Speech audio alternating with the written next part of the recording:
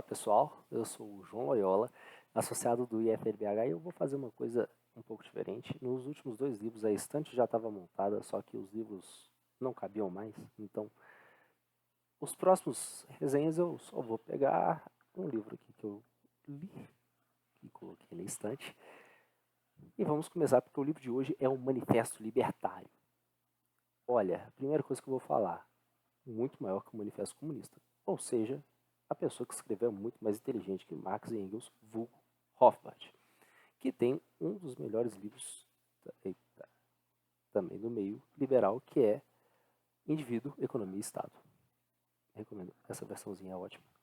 E vamos falar, enfim, do Manifesto Libertário, que é basicamente o seguinte. O libertário não acredita no Estado. E como que seriam as coisas se não tivessem basicamente o Estado? Então, vamos ver o que o manifesto diz para nós.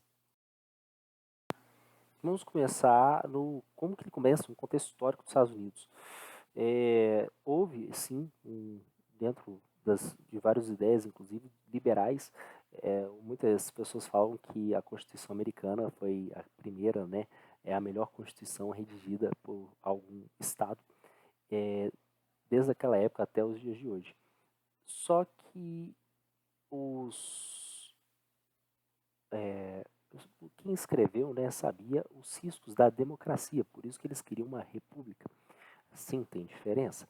E a gente foi vendo que essa república idealizada por eles começou muito bem e foi sendo corrompida por agentes, principalmente da democracia, o que levou na década de 70, nos Estados Unidos, surgiu o Partido Libertário, que depois ele foi cooptado por umas pessoas não tão libertárias e, graças a Deus, agora foi retomado de volta. Isso não está no livro, é um contexto histórico que eu quero trazer para o entendimento de um dos motivos do Rothbard ter escrito esse livro, que é justamente da questão do Partido Libertário que surgiu, que existe até hoje nos Estados Unidos.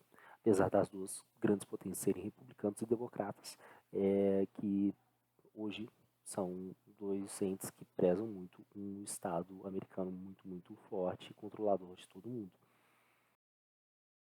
Mas vamos para alguns. Ser um libertário não é só você pensar no mero capitalismo, pelo capitalismo selvagem, mas sim se basear por certos princípios. Quais são esses princípios, João? A questão do axioma de não agressão. Você não pode, em hipótese alguma, agredir o outro, salve em legítima defesa. Então, é a primeira coisa para você estar bem, né, junto em sociedade.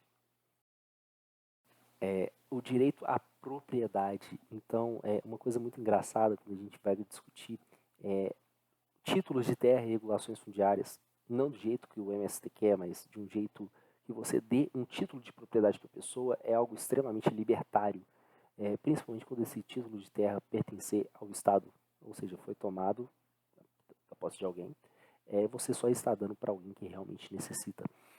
E tem gente que já tem a casa construída lá, ninguém é dono daquele terreno, e você só vai dar ali a garantia que a propriedade é da pessoa. Então, sim, isso é uma coisa extremamente libertária, garantir propriedade aos indivíduos. Porque garantindo uma propriedade, você garante o mínimo para a subsistência da pessoa, que é justamente a propriedade, a liberdade e a vida. E a gente entra também num contexto que é de livre troca de bens e serviços. Ninguém é obrigado a fazer nada em hipótese alguma. E você troca algo por outra coisa que para você é de maior valor. Então, eu tenho um serviço. Se você quer meu serviço, você vai me pagar algo que para mim vale pelo meu serviço.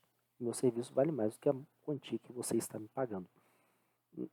É uma livre troca, ninguém sai ileso nessa questão. E a gente entra muito na questão que o agressor nessa história não é um indivíduo, é o Estado.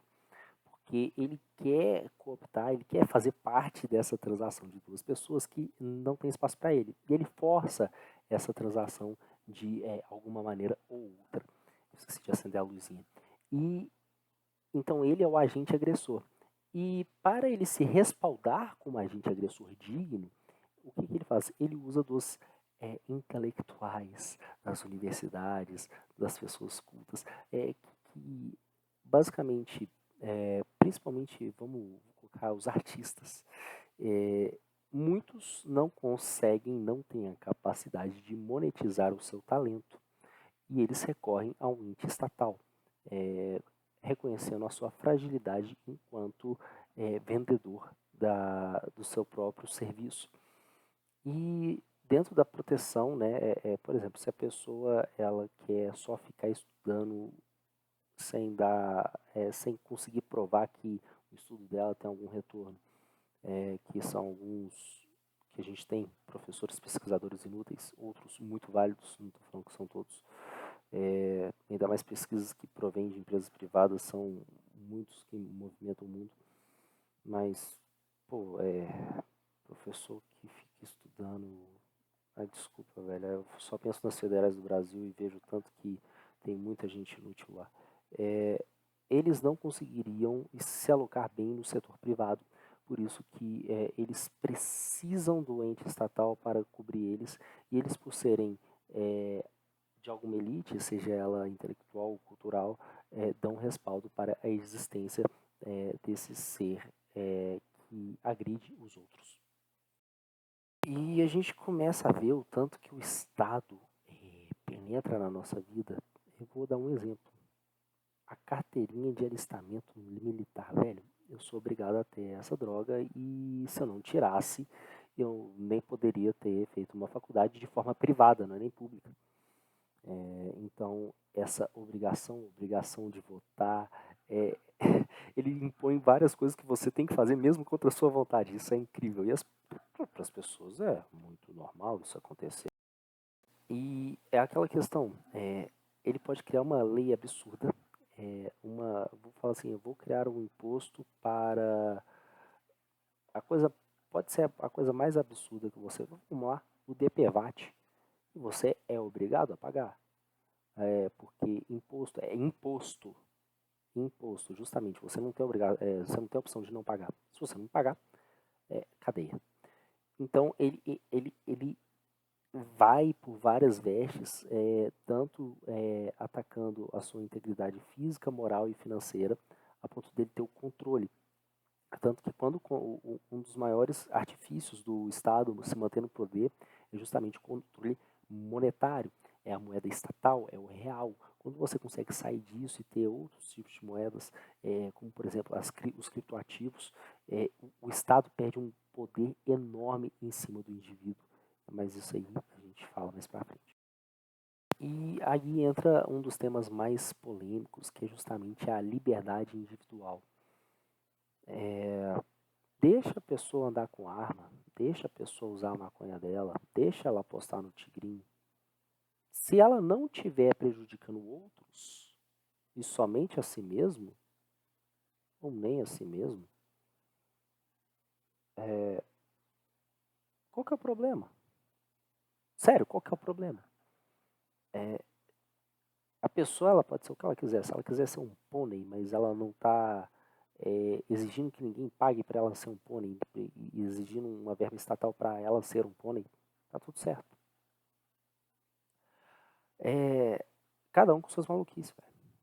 Você não tem que ficar entrando na vida do outro. Se o outro quer fazer alguma coisa e não fere nenhum direito, a vida, a propriedade e a liberdade dos outros, cara, ok. Eu falei dos intelectuais, né, corroborando, e o Rothbard, ele volta nesse tema também no capítulo do livro, e é muito interessante, por que a faculdade tem que ser pública? Quando você tem um prestador de serviço, ele vai defender aquilo que ele acredita. Quando você tem uma mega educação estatal, ele vai defender o Estado, obviamente. Então, uma coisa que vai se retroalimentando e acaba tipo assim, criando militantes sem cérebros que você não pode fazer nenhuma crítica ao grande ente educacional e ao grande Estado, como se tudo estivesse bem. E é uma balela. Tanto que Robert também tem um livro que é muito interessante, eu tenho ele, eu só tenho que achar, que chama Educação, aqui achei, Educação Livre Obrigatória, que basicamente está nesse livro, está nos dois. Então, se você quer ler só a parte da educação e os argumentos dele, pode ir, livrinho pequeno, mas vale a pena. Então, por que as faculdades têm que ser estatais? Por que cada um não paga do seu? Ah, eu não tenho dinheiro para estudar. Trabalha, por exemplo, sei que tem gente que não tem condição, tem um sistema de voucher. Nos Estados Unidos, acho que até fala do ensino médio, tem acho que uns 6 tipos de financiamentos diferentes. Tem escolas católicas que fazem leilões todo ano e arrecadam os fundos suficientes. Então, como bancar, quando a gente tira essa garantia estatal, o mercado mesmo vai buscando alternativas para subsidiar as escolas. Subsidiar no sentido, tipo assim, vai ser ou 100% privado, ou vai ser uma charter school, vai ser, enfim, tem N jeitos, N jeitos. É só tirar a dependência. Nossa, o Estado tem e deve fazer isso. Não, ele não tem, ele não deve e ele só vai usar isso para cooptar, se fortalecer e tirar mais algo de você com a justificativa de qualquer outra coisa. Então, tipo assim, é engraçado que o Estado, para ele se manter, um dos melhores argumentos a gente tem que fazer protecionismo, a gente tem que, a população ribeirinha, não, tudo vai se alocar, tudo se aloca. E o Estado, quando ele tem essa função de regulador, ele só vai favorecer o quê? Os políticos, os lobbies e o Estado. Então, os amigos do rei, eles se favorecem muito com a existência de um Estado forte. Quando a gente tem toda essa questão, pensando nessa questão, né,